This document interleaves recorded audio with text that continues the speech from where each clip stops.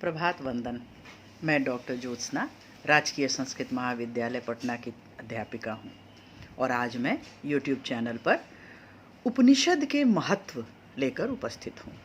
संस्कृत साहित्य का इतिहास में उपनिषद साहित्य अपना महत्वपूर्ण स्थान रखता है। उपनिषद 108 संख्या में हैं, परंतु आज मुश्किल से 11 उपनिषद उपलब्ध हैं। तो इन उपनिषदों के महत्व पर संक्षिप्त विवेचन आज मैं अपने व्याख्यान में करूंगी। उपनिषद शब्द उप और नी उपसर्ग के साथ सद धातु से क्विप प्रत्यय जोड़ने पर बना है। सद धातु के 3 अर्थ होते हैं: विशरण नाश होना, गति प्राप्त होना, अवसादन शिथिल होना। उपनिषद का मुख्य अर्थ अध्यात्म विद्या है, जिसके अध्ययन से मुमुक्ष लोगों की अविद्या पर नष्ट हो जाती है, जो विद्या उन्हें ब्रह्म की प्राप्ति करा देती है तथा जिसके अभ्यास से गर्भवास आदि नाना प्रकार के दुख शिथिल हो जाते हैं। उपनिषद का अर्थ रहस्यमय सिद्धांत भी किया जाता है। कारण यह है कि उपनिषदों में इति रहस्यम तथा इति उपनिषदम शब्द कई बार आए हैं, जिससे यह पता चलता है कि रहस्य भी उपनिषद का पर्यायवाची है। शंकराचार्य ने कठोपनिषद तथा तैत्तिरीयोपनिषद की व्याख्याओं में उपनिषद का अर्थ ब्रह्म विद्या ही किया है। वैसे ब्रह्म के स्वरूप तथा जीव एवं जगत संबंधी अन्यान्य विषयों का विवेचन इन उपनिषद ग्रंथों में मिलता है, अतः उनकी उपनिषद संज्ञा अनवर्थ है। यहाँ पर भी स्मरणीय है कि विंटरनिड्स आदि और आप्टे आदि विचारक उपनिषद का अर्थ वह ज्ञान मानते हैं जो गुरु के चरणों के समीप बैठकर प्राप्त किया जाता है, क्योंकि उनका विचार है कि उपनिषद की उत्पत्ति उप जोड़नी जोड़ पूर्वक सद धातु से हुई है। पर अधिकांशतः विचारक उपनिषद का निर्वाचन इसमें कुछ भिन्न ब्रह्म ज्ञान के उपदेश के द्वारा अविद्या का नाश कर सांसारिक जीवन रूपी बंधन का उच्छेद करना मानते हैं।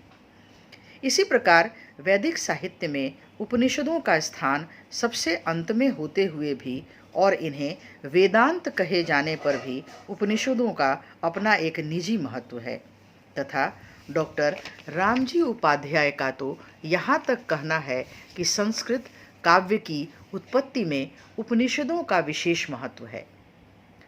काव्य की पृष्ठभूमि में जिस उच्च दर्शन की अपेक्षा होती है, वह उपनिषदों में पूर्ण रूप से प्रतिष्ठित हैं। इसके अतिरिक्त काव्य की पृष्ठभूमि के लिए स्वस्थ जीवन दर्शन की अपेक्षा होती है। इस प्रकार का जीवन दर्शन उपनिषदों में मनीषियों की जीवनचर्या के माध्यम से प्रस्तुत है। उन्हीं का आधार लेकर उपनिषद युग के पश्चात महाभारत और रामायण जैसे महाकाव्यों की रचना हो सकी। उपनिषदों के विकास के बारे में अध्ययन करने पर ज्ञात होता है कि इनके दार्शनिक विचारों का श्री गणेश हमें ऋग्वेद के उन सूक्तों में मिल जाता है जिनमें देवताओं के प्रति संदेह प्रकट किया गया है। वैसे सर्वसाधारण तो यही समझते हैं कि संहिता तथा ब्राह्मण काल में केवल यज्ञ संबंधी ही ग्रंथ रचे गए थे, परंतु आर्यों के उर्वर मस्तिष्क केवल यज्ञों के विधान की बारीकियों को बताने में ही उलझे नहीं रह सकते थे। उनमें आत्मा एवं ब्रह्म संबंधी विचार भी उठते थे और इन्हीं का विवेचन उपनिषदों में मिलता है। उपर्युक्त विवेचन से यह स्पष्ट है कि ब्राह्मणों के उत्कर्ष के समय से पूर्व ही उपनिषद के सिद्धांत यहाँ फैले हुए थे। फिर भी मैक्स मूलर ने ब्राह्मणों के 200 वर्ष बाद उपनिषदों का समय माना है। यह दूसरी बात है कि कुछ उपनिषद ब्राह्मण ग्रंथ के 200 वर्ष बाद बने हों, परंतु सभी उपनिषद ब्राह्मणों के बाद नहीं हो सकते। इसके रचना काल के बारे में विद्वानों में पर्याप्त मतभेद है, परंतु इतना सभी मानते हैं कि प्रमुख उपनिषदों की रचना बुद्ध से पहले हो चुकी थी। लुडविग महोदय ने तो वर्षों तक उपनिषद ग्रंथों का अध्ययन करने के बाद यही मत प्रकट किया है कि उपनिषद ज्ञान की प्राचीनता आज से 3000 वर्ष पूर्व की ठहरती है। इसी प्रकार लोकमान्य तिलक ने मैतव्य उपनिषद में वर्णित उद्गयन स्थिति की गणना ज्योतिष गणना के अनुसार अध्ययन कर यह मत व्यक्त किया है कि मैत्रेयोपनिषद की रचना वेदांग ज्योतिष से पूर्व की है और वे उपनिषद ग्रंथों का रचना काल 1600 वर्ष पूर्व मानते हैं। वैसे यह निर्विवाद सत्य है कि ये उपनिषद वैदिक साहित्य की अंतिम कड़ियां हैं तथा उन्हीं से उत्तर वेदांत का आविर्भाव भी हुआ है। उपनिषद भारतीय अध्यात्म शास्त्र के देदीप्यमान रत्न हैं जिनकी प्रभा पर कारण का प्रभाव कुछ भी नहीं पड़ा। ज्यों-ज्यों इनका सूक्ष्म अध्ययन किया जाता है त्यों-त्यों उनकी विशेषता प्रकट होती है। भारतीय मनीषियों ने अपने प्रतिम चक्षुओं से जिन आध्यात्मिक तत्वों का साक्षात्कार किया था उन्हीं का भंडार उपनिषदों से भरा हुआ है। भारतीय सभ्यता को आध्यात्मिकता की ओर झुकाने का सारा श्रेय इन्हीं ग्रंथ रत्नों का है। आज से बहुत पहले जिन विदेशी विद्वानों को भारतीय साहित्य के अध्ययन का अवसर मिला है उन्होंने उपनिषदों की शतमुख प्रशंसा की है। 17वीं शताब्दी में दारा शिकोह ने चुने हुए 50 उपनिषदों का फारसी अनुवाद कराया था। इसी अनुवाद का लैटिन भाषा में अनुवाद फ्रेंच विद्वान ऑर्के त्वरिम दुपेरा ने किया था। यह अनुवाद टूटा फूटा तथा अधूरा है, परंतु इसी को पढ़कर प्रसिद्ध जर्मन विद्वान शोपेनहोवर ने कहा था कि उपनिषद मानव मस्तिष्क की सबसे ऊंची एवं पूर्ण रचना है और मेरे जीवन में इन्हीं ग्रंथों से वास्तविक शांति मिलती है। इसलिए यह विद्वान अपने गुरुत्रयी में प्लेटो और कैंट के साथ उपनिषदों का भी स्थान देता है। आजकल तो पाश्चात्य जगत पर उपनिषद का बहुत ही अधिक प्रभाव पड़ा है। शायद ही विश्व की कोई भव्य भाषा होगी जिसमें उपनिषदों का अनुवाद नहीं मिलता है। उपनिषद किसी एक शताब्दी की रचना न होकर अनेक शताब्दियों के साहित्यिक विकास का फल है। अतः उनमें भिन्न भिन्न और परस्पर अनेक विरोधी सिद्धांतों का मिलना कोई आश्चर्यजनक बात नहीं है, परंतु यह विरोध केवल ऊपरी है। भीतर प्रविष्ट करने पर एक तात्विक व्यवस्था मिलती है जिसके अनुसार इस जगत की पहेली को भली भांति सुलझाने का मार्ग निर्दिष्ट किया गया है।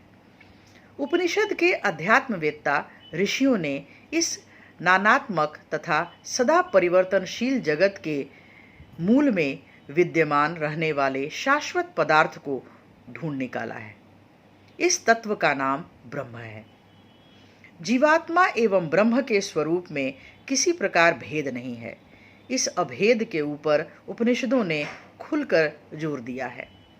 उपनिषद की मंजुल कल्पना के अनुसार यह शरीर रथ है और बुद्धि सारथी है, मन लगाम है, इंद्रियां विषय रूपी मार्ग पर ले चलने वाले घोड़े हैं और आत्मा इस रथ का स्वामी है। यह आत्मा और ब्रह्म मूलतः एक ही तत्व है। ब्रह्म के दो स्वरूप हैं, सगुण और निर्गुण।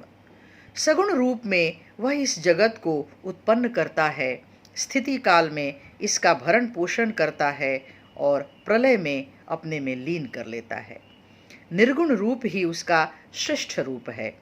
ब्रह्म का प्रतिपादन शब्दों के द्वारा नहीं हो सकता, इसलिए उपनिषदों ने उसके लिए नेति नेति शब्द का प्रयोग किया है। वह ब्रह्म का साक्षात्कार उपनिषदों का परम लक्ष्य है। उपनिषद वास्तव में वह आध्यात्मिक सरोवर है जिनसे भिन्न भिन्न ज्ञान सरिताएं निकलकर मनुष्य मात्र के सांसारिक अभ्युदय तथा पारलौकिक कल्याण के लिए प्रवाहित होती हैं। हिंदू दर्शन में 3 प्रस्थान ग्रंथ हैं जो वैदिक धर्म के अनुसार मार्ग तथा उसके साधक के प्रतिपादक हैं। इस प्रस्थान त्रयी के अंतर्गत उपनिषद ही प्रथम प्रस्थान के रूप में ग्रहण किया गया है। द्वितीय प्रस्थान भगवद गीता है जो समस्त उपनिषद रूपी धेनुओं का वत्स रूपी पार्थ के लिए भगवान श्री कृष्ण के द्वारा दुहा गया सुधा सहोदर सारभूत दूध है। तीसरा प्रस्थान बादरायण व्यास के द्वारा रचित ब्रह्म सूत्र है जिसमें विरोधी ही प्रतीत होने वाले उपनिषद के वाक्यों का समन्वय तथा अभिप्राय ब्रह्म में दिखलाया गया है। इस प्रकार गीता और ब्रह्म उपनिषदों पर ही आश्रित है, अतः उपनिषद ही भारतीय दर्शन के मूल स्रोत हैं। इसमें तनिक भी संदेह नहीं है। इसलिए नवीन मत के संस्थापक आचार्यों ने अपने मत को प्रमाणिक तथा अक्षुण्ण सिद्ध करने के लिए इन तीनों ग्रंथ रत्नों पर, विशेषतः उपनिषदों पर अपने मत के अनुकूल व्याख्यान ग्रंथों की रचना की है। इस प्रकार उपनिषद हमारे भारतीय साहित्य के दार्शनिक ग्रंथ के रूप में स्थापित हैं और उनका महत्व इसी रूप में ब्रह्म विवेचन के लिए, आत्मा परमात्मा के संबंध के लिए जाना जाता है और सृष्टि और प्रलय के काल में किस प्रकार ब्रह्म अपना कार्य करता है, किस प्रकार मानव जीवन को जीवात्मा और परमात्मा का समन्वय स्थापित करता है, यह सब उपनिषदों में वर्णित है। इसी कारण उपनिषदों का महत्व संस्कृत साहित्य, वैदिक साहित्य के अलावा विश्व साहित्य में अपना अनुपम स्थान उपनिषद साहित्य रखता है। धन्यवाद।